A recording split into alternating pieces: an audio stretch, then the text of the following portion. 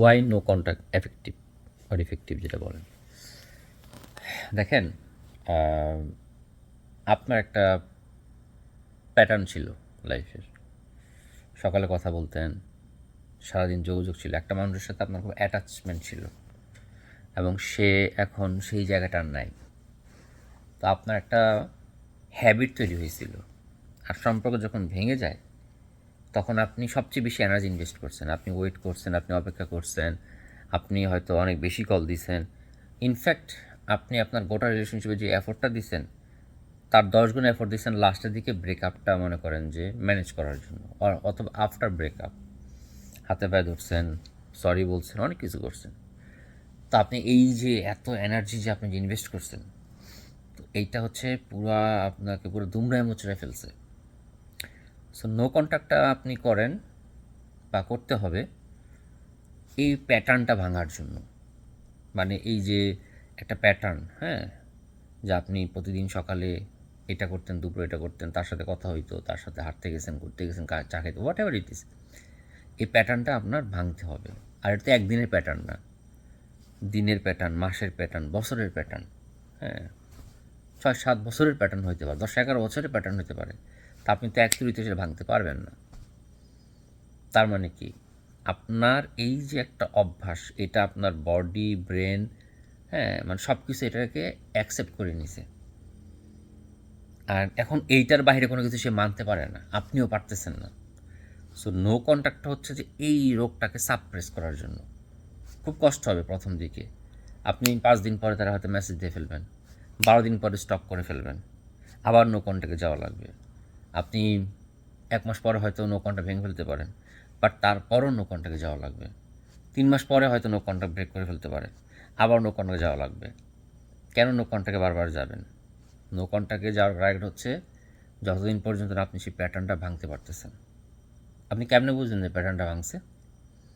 হুট করে দেখবেন 2 দিন ধরে আপনি তাকে স্টক করেন নাই, 1 সপ্তাহ ধরে আপনার মনেই একবারও মনে পড়ে, যেখানে প্রতি সেকেন্ডে আপনি তার কথা মনে পড়তেছে, 1 সপ্তাহ তার কথা মনেই পড়ে নেই। স্লোলি আপনি বুঝতে পারবেন যে আপনি আসলে হিল হইতেছেন।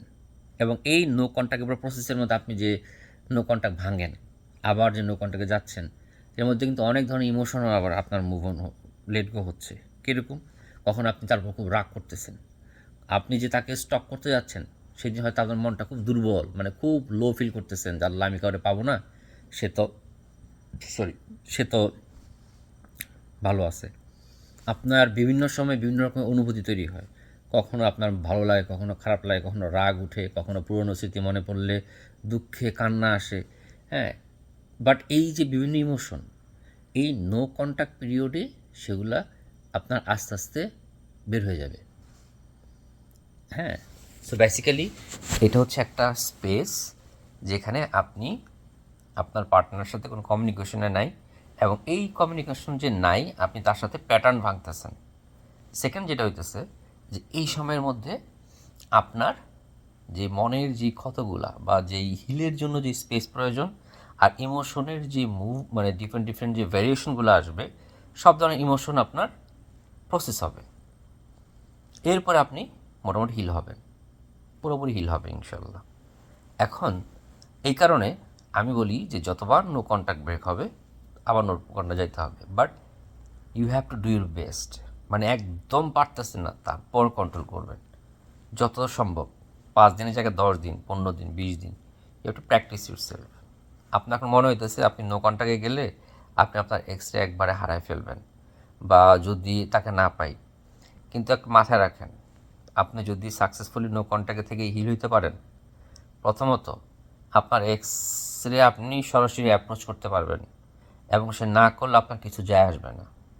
এবং সেকেন্ড, আপনি লাইফে খুব ভালোভাবে, হ্যাঁ, পরবর্তী যে কোনো কমপ্লেক্স সিচুয়েশন রিলেশনশিপে হ্যান্ডেল করতে পারবেন। কিন্তু আপনি যদি, ম্যাক্সিমাম মানুষ তাদের second, third, fourth relationship pain কেন খায় জানেন? কারণ কেউ পুরোপুরি ইমোশনালি হিল হয় না, কেউ নো কন্ট্যাক্ট প্রপারলি করে না, তার ভিতরে ইমোশনটাকে পুরোপুরি সে মানে লেট গো করে না। আপনি যখন প্রপারলি হিল হন, এই হিল হওয়ার সময় আপনি অনেক স্ট্রং হন, আপনার ইমোশনগুলো অনেক ম্যাচিউর হয়, আপনি একটা বিশাল একটা পেইনের প্রসেস দিয়ে যান, হ্যাঁ। এবং এই হিলিং প্রসেসের কারণে আপনি পরবর্তী এত স্ট্রং হন যে আপনি কোনো ইলজিক্যাল ডিসিশন মেক করেন না। আপনি খুব সাবধান থাকেন যে আপনার কিভাবে কি করতে হবে। নেক্সট রিলেশনশিপে আপনি মানে মোটামুটি নিজেকে টেক কেয়ার করেই আগাবেন যে এনিথিং কুড হ্যাপেন। সো এই কারণে নো কন্ট্যাক্ট খুব ইম্পর্টেন্ট, এবং আপনি চেষ্টা করবেন এটাকে যতভাবে সম্ভব মেনটেন করা। আবার আপনি আগেও বলছি এই প্ল্যান করেন না যে আমি 10 দিন পরে আমি দেখে ফেলবো আবার নকর না। গোল হচ্ছে যে আপনার তাকে ছাড়াও ভালো থাকতে পারেন, এটা মানুষ পারে। এবং বিশেষ করেন আপনি যখন তাকে ছাড়া ভালো থাকা শুরু করবেন তখন একটা পর্যায়ে এমন হতে পারে যে আপনি কনফিউজড হয়ে যাবেন যে আপনি ওকে আর চাবেনই না, তাকে আর চাবেনই না। হ্যাঁ, আর চাইলেও আপনার আসলে তো প্যারা লাগবে না, এইটাই আর কি। So try to stick with no contact, ঠিক আছে।